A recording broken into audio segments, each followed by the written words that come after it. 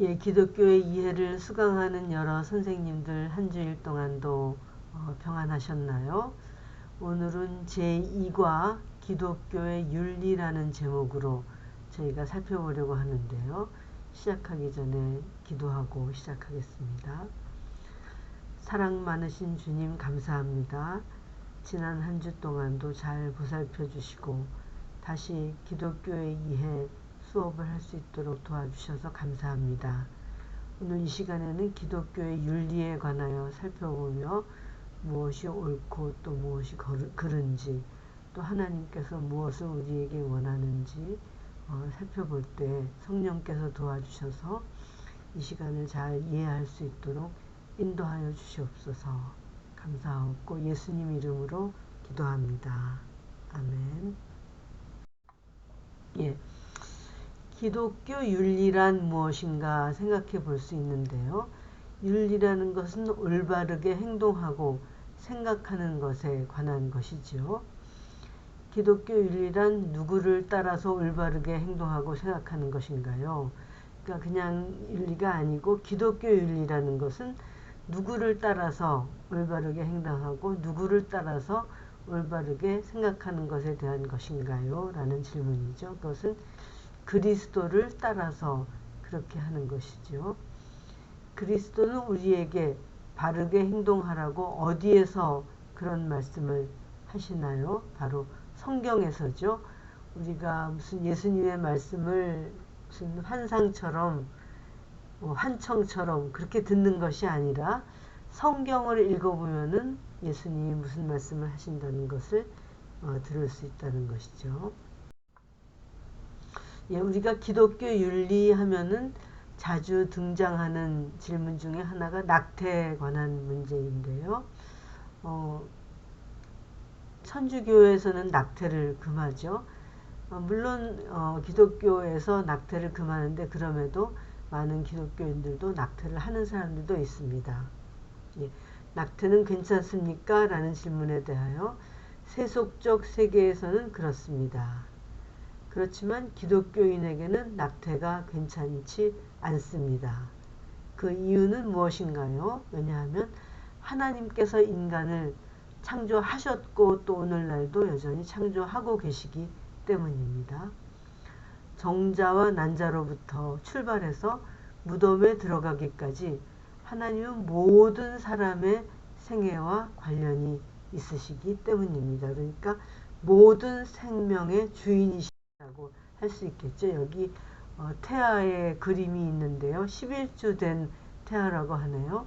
근데 보면 머리도 있고 손과 발이 있고 정상적인 사람처럼 보이죠. 그래서 사실은즉 태아가 아직 세상에 나오지 않았지만 잉태되는 순간부터 하나의 사람이다, 생명체다 하는 것을 우리가 기억한다면 쉽게 낙태할 수 없으리라고 생각이 듭니다.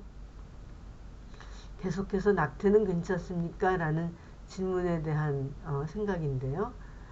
하나님은 그러면은 나쁜 사람에게도 창조주가 되시고 그의 평생을 돌보아 주시는 건가요? 그렇죠. 그렇지만은 원하지 않는 아이라면 어떻게 해야 하나요? 하는 질문이죠. 우리는 누구도 죽일 수 없으며 아기나 태아도 마찬가지입니다. 최근에 영아 살해에 관한 이야기를 신문이나 방송에서 많이 접하고 있죠. 영아도 하나의 인격체이고 생명체이고 사람이죠. 그런데 태아도 수태되는 순간부터 하나의 인간이라는 것을 우리가 기억해야 되겠죠. 그렇지만 원하지 않는 아이라면 어떻게 해야 하느냐. 우선은 예를 들면은 혼전 임신이라든지 하는 것을 우리가 피해서 원하지 않는 아이가 생기지 않도록 하는 것이 중요하겠고요. 또 우리가 결혼해서 생활하다가도 원하지 않는 아이가 생겼다면은 그것은 하나님께 의지하고 맡기고 아이를 출생하는 것이 마땅하다, 옳은 일이다 그렇게 생각이 됩니다. 왜냐하면은 단순히 생각해서 태아도 하나의 생명체이고 이미 벌써 하나의 사람이기 때문이라는 거죠. 예. 태아도 사람입니까? 대답은 예라는 것이에요.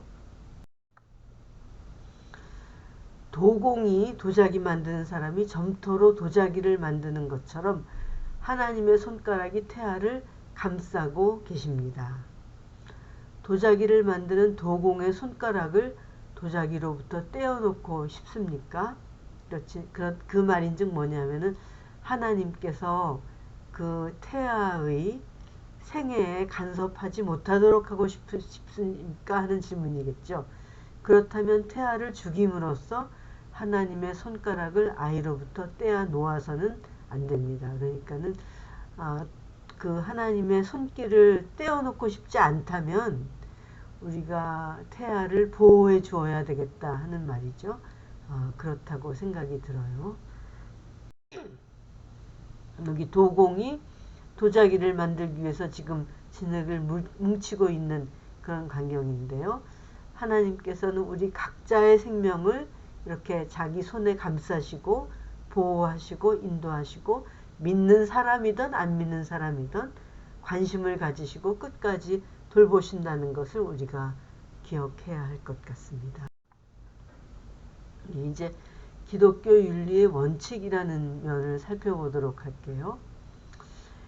앤드류스 신학대학원에서 기독교 윤리를 가르쳤던 미로슬라브 키시라는 분이 계셨어요. 이분은 이제 지금은 이제 소련에서 분리된 이분이 저의 그 신학대학원의 교수님 중 한 분이었는데요. 동유럽 출신의 교수님이었어요. 기독교 윤리를 가르치신 분이었는데 지금은 돌아가셨죠. 그는 자신이 가르치는 모든 것이 다음과 같은 성경의 한 구절로 요약될 수 있다는 점을 끊임없이 학생들에게 상기시켰는데요. 그 구절은 뭐냐 하면은 사람아 주께서 선한 것이 무엇임을 내게 보이셨나니 여호와께서 내게 구하시는 것이 오직 공의를 행하며 인자를 사랑하며 겸손히 내 하나님과 함께 행하는 것이 아니냐라는 미가서 6장 8절의 말씀을 계속 상기시키셨어요. 그러니까 기독교 윤리라는 것이 하나님 보시기에 무엇이 옳은 행동인가, 옳은 삶인가 하는 것이기 때문에 이 성경절 한 말씀으로 항상 학생들에게 그 기독교 윤리의 원칙을 제시하셨던 분이었어요. 여기 같은 말씀을 포스터로 그린 건데요. 사람아 주께서 선한 것이 무엇임을 내게 보이셨나니 여호와께서 내게 구하시는 것은 오직 정의를 행하며, 그러니까는 의롭게 행동해라. 인자를 사랑하며, 그러니까는 자비롭고 사랑하는 행동을 해라. 또 겸손하게 하나님과 함께 동행하는 사람이 되는 것이 하나님께서 우리에게 원하시는 것이다. 의롭게 행하고 자비로운 행동을 하며 사랑을 나타내고 겸손하게 하나님과 동행해라 라는 이 말씀을 기독교 윤리의 원칙으로 그 교수님은 제시해 주셨습니다. 예, 이제 미로슬라브 키시라는 그 교수님을 회상하면서 그의 학생이었던 샘 밀렌이라는 목사님이 이런 이야기를 했어요. 많은 학생들은 그의 가르침뿐만 아니라 특히 성경에 대한 그의 분명한 태도로부터 유익을 얻었습니다. 왜냐하면 하나님의 말씀은 그에게 모든 토론과 그의 삶에서 최고의 권위야 지향점이었기 때문입니다. 라고 그렇게 증언을 했어요. 그러니까 이분은 이제 물론 하나님을 믿는 분이셨죠. 그런데 성경에 대해서 확실한 믿음을 가지고 우리가 반드시 성경의 말씀에 따라야 한다. 이런 원칙을 학생들에게 강조하신 그런 교수님이셨습니다. 이제 여기 두 분의 이야기가 나오는데요. 한 분은 우리가 방금 살펴본 미로슬라브 키시라는 분이고요. 또 한 분은 자크 두칸이라는 분인데요. 앤드루스 신학대학원의 구약학 교수였던 자크 두칸은 키시와의 우정이 거의 50년 전으로 거슬러 올라가 키시가 프랑스에서 그로부터 수업을 들었을 때 시작되었으며, 그러니까는 두칸 박사님이 키시 박사님을 가르쳤다는 거죠. 그런데 이제 키시 박사님이 먼저 앤드루스에서 근무를 하게 됐고, 이제 두칸 박사님이 나중에 도착했다는 거예요. 앤드루스에서 있었던 몇 가지 경험을 결코 잊지 못할 것이라고 말했습니다. 두칸은 앤드루스에 우리가 막 도착했을 때 우리는 이 새로운 장소에서 아는 사람이 전혀 없었습니다. 그는, 즉 키시는 우리를 환영했고 우리 냉장고에 음식을 채워줬고 처음 몇 주 동안 우리에게 차를 빌려줬고 모든 일에서 우리를 돕고 안내할 준비가 되어 있었습니다. 라고 말했어요. 그러니까는 공항에 나와서 환영을 해주고 또 뭐 길에서 만났을 때 환영해 준 것에 그치지 않고 아직 어떻게 장을 보아야 될지 모르는 사람을 위해서 냉장고에 음식을 채워줬고 또 자동차를 구입하기 전까지 차를 빌려줬고 또 모든 일에서 우리를 돕고 안내했다. 그렇게 굉장히 뭐라 그럴까요? 정말 착하고 친절한 분이 키시 박사님이었다라는 것을 소개하고 있죠. 예, 저도 이 두 분들이 굉장히 기억이 생생하네요. 여기 사진 왼쪽에 보이는 분이 미로슬라브 키시라는 분이고요. 오른쪽에 계신 분이 자크 두칸인데, 여기 두칸 박사님은 유태인이에요. 유태인으로서 이제 그러니까는 유대교를 믿는 사람이었겠죠. 유태인으로서 재림교인이 돼가지고 구약학을 가르쳤고요. 또 자기 동족인 유태인들을 예수님에게로 이끌기 위해서 늘 애를 쓰고 노력을 최선을 다하는 그런 교수님이었습니다. 네, 두 분 사진이 여기 있고요.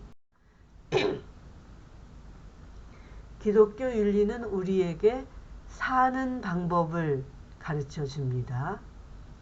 기독교 윤리는 사람의 행위나 태도, 개인적 특성 중에서 어떤 것이 하나님의 승인을 받고 어떤 것이 승인되지 않는지에 대해 성경 전체가 우리에게 가르치는 바를 묻습니다. 그러니까는 우리의 행위, 우리의 태도, 또 우리의 특성 중에서 어떤 것이 하나님의 간합함을 받을 수 있고 어떤 것이 하나님의 간합함을 받지 못하는가 하는 것을 우리에게 가르쳐주는 학문이라는 거죠.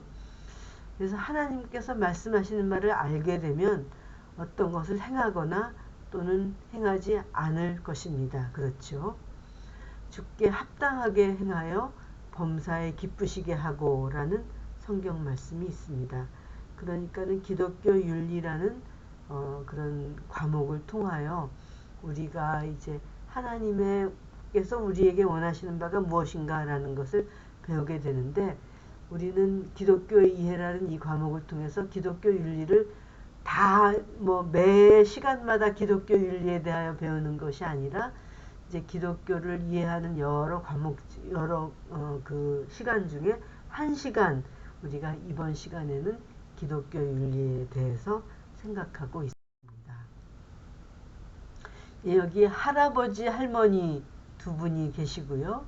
또 친절하게 그분을 도와주고 있는 두 간호사 선생님이 계시네요. 저 위쪽에 있는 사진은 아마 외국에서 찍힌 사진인 것 같고 아래쪽 사진은 우리나라에서 찍은 사진인 것 같은데 참으로 친절하게 이 환자들을 돌보아주고 계시는 두 선생님들의 모습을 볼 수 있습니다. 기독교 윤리의 궁극적인 이유와 목적은 하나님의 도덕적 성품입니다. 그 말인즉 우리가 기독교 윤리를 배우고 또 윤리적으로 살고자 하는 이유가 바로 하나님의 성품이고 또 우리가 추구하는 그 목적 역시 하나님의 성품이다. 이렇게 제시하고 있어요. 하나님은 최고로 선하시고 불변하시며 또 영원하신 그분 자신의 도덕적 성품을 스스로 기뻐하십니다. 그렇죠? 최고로 선한 분은 하나님이세요. 우리는 상대적으로 선할 뿐이죠. 인간에 대한 그의 도덕적 기준은 하나님 자신의 도덕적 성품으로부터 흘러나옵니다. 그러므로 이러한 도덕적 기준은 모든 역사를 통해서 모든 문화의 모든 사람들에게 적용됩니다. 물론 성경에는 특정 시간, 특정 사람들만을 위한 임시 명령도 많이 포함되어 있지만은 일반적으로 기독교에서 말하는 것은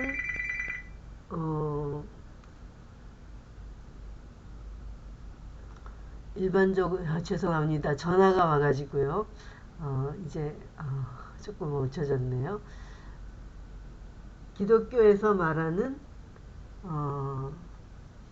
그 선이라는 것은 바로 하나님의 품성에 관한 것이고 또 그렇기 때문에 인류 세계를 향하여 모든 시대를 초월해서 모든 사람들에게 하나님의 도덕적 품성을 제시하면서 사람들도 이렇게 본받아라, 따라와라 하는 것이 바로 기독교 인류의 입장이라는 그런 말씀이 되겠습니다. 예, 하나님의 도덕적 성품을 한마디로 압축한다면 그것은 사랑이죠. 하나님은 사랑이시며 사랑을 우리에게 요구하십니다. 하나님은 사랑이시므로 우리에게 사랑하라고 명령하십니다. 요한 1서 4장 19절에 나오는 말씀인데 서로 사랑하라 이렇게 말씀하시죠. 또 하나님은 거룩하시며 우리에게 거룩하라고 명하십니다. 베드로전서 1장 15절.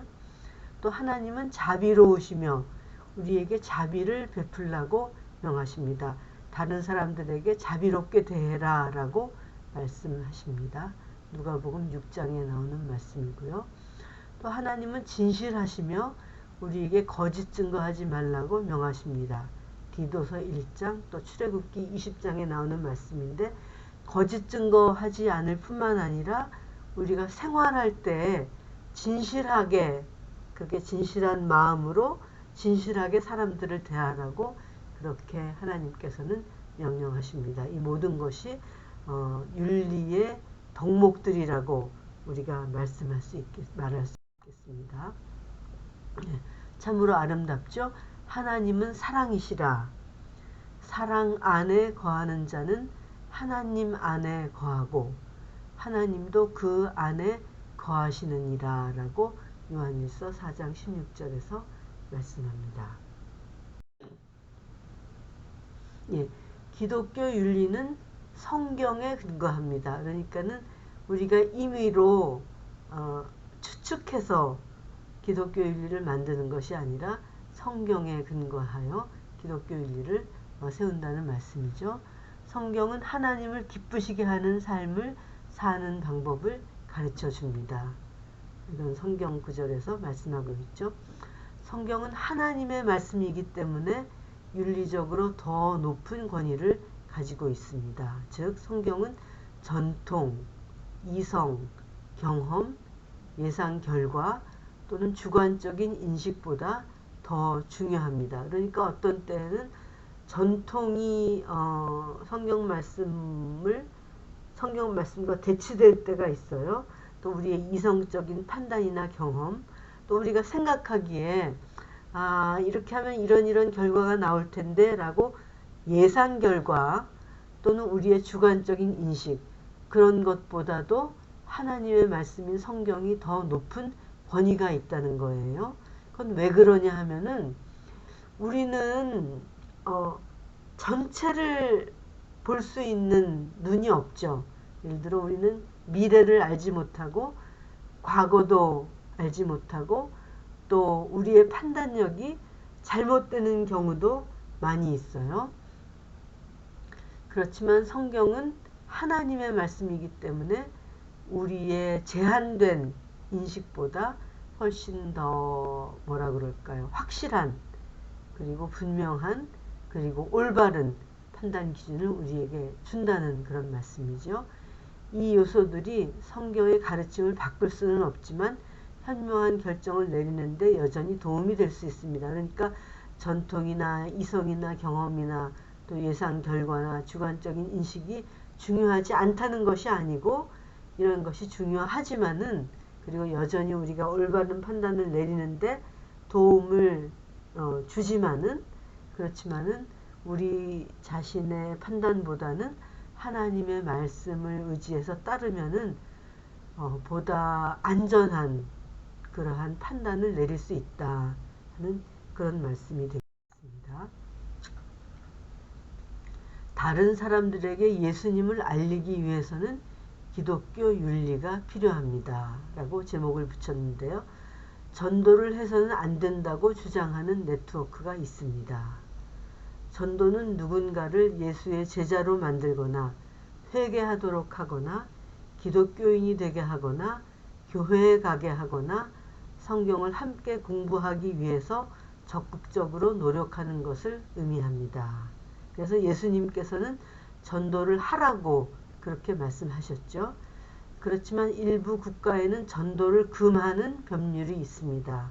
예, 아프가니스탄 같은 나라도 그렇고요. 뭐 이란 같은 나라도 그렇고 대부분의 이슬람 국가들, 물론 그리고 북한도 마찬가지죠. 대부분의 이슬람 국가에서는 전도를 금합니다. 그리고 또 그러니까는 선교를 할 수가 없어요.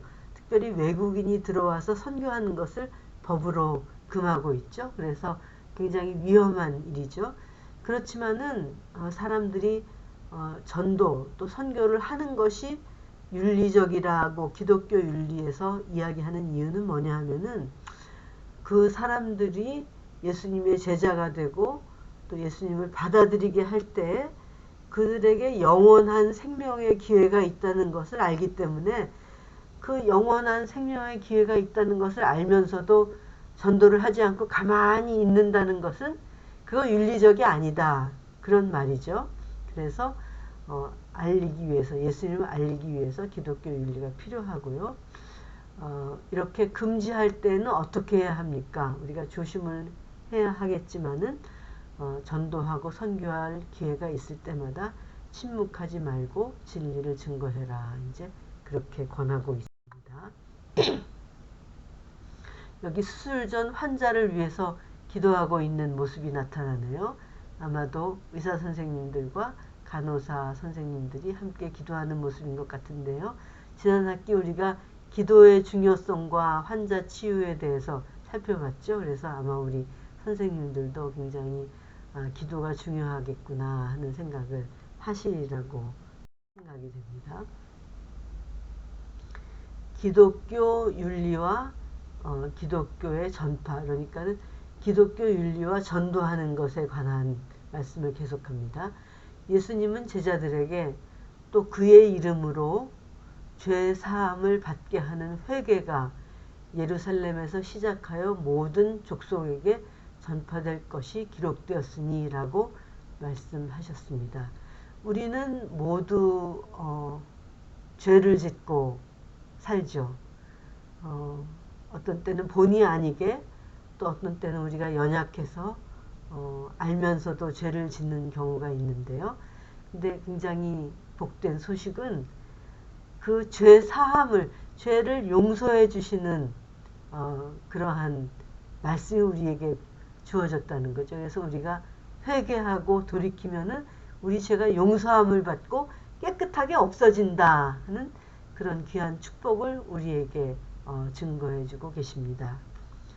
바울은 알지 못하던 시대에는 하나님이 간과하셨거니와 이제는 어디든지 사람에게 다 명하사 회개하라 하셨으니 이는 정하신 사람으로 하여금 천하를 공의로 심판할 날을 작정하시고 이에 그를, 여기서 그라는 것은 예수님이죠. 죽은 자 가운데서 다시 살리신 것으로 모든 사람에게 믿을 만한 증거를 주셨음이니라고 말합니다. 바울은 굉장히 확신에 차서 예수님을 하나님께서 죽은 자 가운데서 다시 살리셨다라고 이야기하고 있는데요. 그렇게 확신 있게 이야기할 수 있는 이유는 무엇이냐 하면은 사도 바울이 돌아가신 다음에 승천하시고 부활하시고 승천하신 예수님을 만났어요, 개인적으로.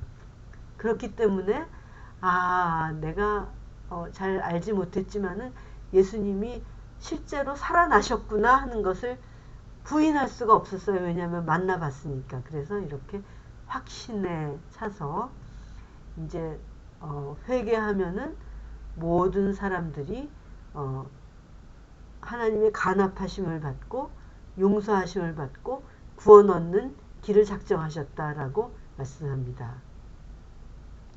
그러나 사람들이 자신이 잘못 살고 있다는 사실을 모른다면은 어떻게 잘못 살았음을 후회하고 회개할 수 있겠습니까? 그러니까는 성경의 기독교 윤리를 가르치고 설교하는 것이 중요하다는 거죠. 무엇이 옳고 무엇이 그르다라는 것을 사람들에게 전해 주어야지 사람들이 회개하고 또 돌이키고 죄를 깨닫고 용서함을 받고 예수님의 십자가를 통해서 구원을 얻을 수 있다 하는 그런 말씀이 되겠습니다. 예, 하나님을 영화롭게 함이라는 제목을 붙였는데요. 기독교 윤리의 목표는 하나님께 영광을 돌리는 삶을 영위하는 것입니다. 모든 것을 하나님의 영광을 위하여 하라. 고린도전서의 말씀인데요. 그러니까 기독교 윤리가 목적하는 바는 우리가 올바른 행동을 해서 하나님께 영광을 돌리라는 그런 말씀이에요. 그래서 이러한 삶은 하나님을 영화롭게 하는 성품, 즉 예수님과 같은 성품, 하나님을 영화롭게 하는 행위, 하나님 말씀에 순종하는 삶, 또 하나님과의 인격적인 관계를 맺고 사는 삶, 또 하나님을 영화롭게 하는 결과, 즉 하나님 나라를 위해서 풍성한 열매를 맺는 삶을 포함합니다. 그러니까 우리의 성품과 행위와 결과가 다 하나님께 영광을 돌리는 것을 그것이 바로 우리가 옳은 행동을 하고 의롭게 살아야 하는 목적이다라고 설명을 합니다. 여기 제가 포스터를 2개 붙였는데요. 하나는 한글, 하나는 영어로 적혀 있어요. 품성은 힘이다. 영어로도 character is power 라는 그런 말씀인데요. 예, 품성은 힘이죠. 여러분도 가만히 생각해 보시면은 사랑하고 자비롭고 다른 사람들에게 잘 대해주고 또 인자하고 이런 사람들은 힘이 있어요. 영향력이 있죠. 그래서 바로 그 품성을 힘이라고 합니다. 아마도 하나님께서 온 우주 만물을 다스리실 수 있는 그 힘이 바로 하나님의 영원하시고 자비하시고 사랑하시는 그 품성의 힘이다 라는 것을 우리가 알 수 있고, 그 품성의 힘으로 하나님께서 우주 만물을 다스리고 계시다고 생각할 수 있겠습니다. 우리도 그러한 하나님을 본받아서 우리의 품성을 통하여 사람들에게 선한 감화를 끼치고 하나님께 영광을 돌리는 삶을 살아야겠죠. 예, 순종하면 일상생활에 수많은 축복이 찾아옵니다. 하나님을 위해 살고 성경대로 생활하면 17가지 이상의 축복을 받을 수 있는데요. 이러한 축복에는 하나님과의 더 깊은 교제로 말미암는 기쁨이 포함됩니다. 하나님을 기쁘시게 하는 기쁨, 하나님이 귀히 쓰시는 그릇이 되는 기쁨, 믿지 않는 사람들에게 효과적인 증인이 되는 기쁨, 기도 응답이 증가하는 그러한 기쁨, 또 다른 그리스도인들과 친밀한 교제를 나누는 기쁨, 깨끗한 양심의 기쁨, 또 하나님은 자신에게 순종하는 것이 짐이 되지 않도록 의도하셨고요. 하나님을 순종하는 것은 무거운 짐이 아니라 이렇게 말씀하시죠. 또 기독교인들은 이 세상을 본받지 말라고 말씀합니다. 또 하나님의 뜻은 선하시고 기뻐하시고 온전하신 생명의 길이라고 말씀하고 계십니다. 예, 여기 지금 어떤 선생님이 너무너무 기뻐가지고 펄쩍펄쩍 뛰고 있는 그림인데요. 아마도 하나님 안에서 큰 기쁨을 누린다라는 그러한 말씀을 표현하는 사진이겠고요. 또 너희는 이 세대를 본받지 말고 오직 마음을 새롭게 함으로 변화를 받아 하나님의 선하시고 기뻐하시고 온전하신 뜻이 무엇인지 분별하도록 하라는 로마서 12장 2절의 말씀을 그림으로 보여주고 있습니다. 고의적인 죄는 일상생활에 여러가지 해로운 결과를 가져옵니다. 예, 한 가지 포스터는 담배를 금연 포스터이네요. 어떤 사람은 담배 피우는 것이 무슨 죄가 되나요? 라고 의문을 가지실 분도 있을 텐데요. 광의로 넓은 의미로 생각해 보면 자기 자신과 또 다른 사람들의 생명을 해치는 그런 결과가 되기 때문에 좋은 일이 아니라고 할 수 있겠죠. 또 여기 오른쪽에 있는 그림은 지금 아마도 가운데 있는 사람이 어떤 폭력적인 행위를 하려고 했기 때문에 사람들이 말리고 있는 장면인 것 같아요. 병실에서 일어나는 장면인데, 죄는 해로운 결과를 가져온다. 반드시 결과가 따르는데 우리에게 해로운 결과가 따르게 된다. 그래서 죄를 피하는 것이 굉장히 중요하다. 왜냐하면 반드시 consequence, 그러니까 해로운 결과가 따르기 때문이다 라고 말합니다. 기독교 윤리는 모든 행동에서 네 가지 측면을 고려하도록 가르칩니다. 행동 그 자체, 그리고 우리가 그 행동을 하는 태도, 우리의 행동의 동기, 그리고 그 행동이 미치는 결과를 살펴봐야 되겠다 하는 것이죠. 그 행동 자체만이 아니라 우리 마음에 숨어있는 동기가 어떠하냐 하는 것을 하나님께서는 보신다는 거죠. 그러므로 우리가 동기까지도 순수한 그러한 사람이 되도록 우리 자신을 하나님께 드리는 일이 필요하겠습니다. 하나님께서 우리가 더 작은 죄를 선택하기를 원하시는 것이 아닙니다. 이 말은 뭐냐 하면은요, 그리스도께서 우리와 같이 모든 일에 고난을 받으셨으므로 우리는 하나님의 요구를 부드럽게 만들려고 해서는 안 됩니다. 하나님께서 원하시는 것이 너무 힘들면 피할 길을 약속하시므로 우리는 하나님의 요구를 더 쉽게 만들려고 하지 말아야 합니다. 불가능한 도덕적 갈등이라는 견해는 쉽게 미끄러운 비탈이 되어 실제로는 기독교인들이 점점 더 죄를 짓도록 부추길 수 있습니다. 여기 이 말은 뭐냐면, 내가 지금 도덕적으로 갈등을 느끼고 있는데 이것은 사람으로서는 불가능한 일이다. 사람이 어떻게 그렇게까지 선하고 그렇게까지 의로울 수 있겠느냐 라는 말로 우리가 만일 핑계를 한다면은 그것은 우리가 점점 도덕적으로 하향하는 미끄러운 비탈길이 될 수 있다 하는 것이죠. 그러니까는 작은 죄라도 우리가 소홀히 여기지 말고 피해야 되겠다 하는 그런 말씀을 여기에서 하고 계시는 것입니다. 예, 여기 히브리서 4장 15절 말씀인데요. 이렇게 말씀합니다. 우리에게 있는 대제사장은 우리 연약함을 체휼하지 아니하는 자가 아니요 모든 일에 우리와 한결같이 시험을 받은 자로되 죄는 없으시니라 라는 말씀입니다. 여기 대제사장이라는 것은 예수님을 가리키죠. 예수님은 우리 연약함을 경험하지 못한 분이 아니라는 거예요.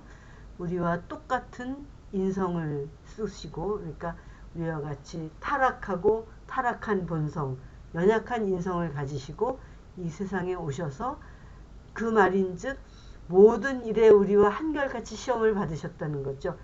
모든 일에 우리와 한결같이 시험을 받으셨다 하는 것이 우리와 같은 그러한 연약한 본성을 가지고 이 세상에 오셨다.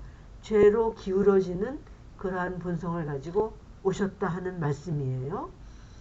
그러니까 우리가 이 세상에서 죄와 투쟁하고 고생하고 갈등을 겪는 똑같은 그러한 과정을 예수님께서도 겪으시고 유혹을 받으셨다는 거예요. 여기 시험이라는 것은 테스트가 아니고 유혹이라는 뜻이죠. 한결같이 유혹을 받으셨는데, 그렇지만 예수님은 죄를 한 번도 짓지 않으셨다는 거예요. 모든 면에서 그 시험을 이기시고 유혹을 물리치셨다는 것이죠. 그래서 우리에게 하나의 모본을 제시해 주시고 나를 따라오라 라고 말씀하십니다. 그래서 우리가 연약한 사람이지만 하나님 안에서 하나님을 의지할 때 예수님처럼 의롭게 살 수 있는, 윤리적으로 살 수 있는 그러한 삶이 될 것이다 라고 우리를 초청해 주고 계십니다. 기독교 윤리의 여러 면을 살펴보았습니다. 선생님들 감사합니다.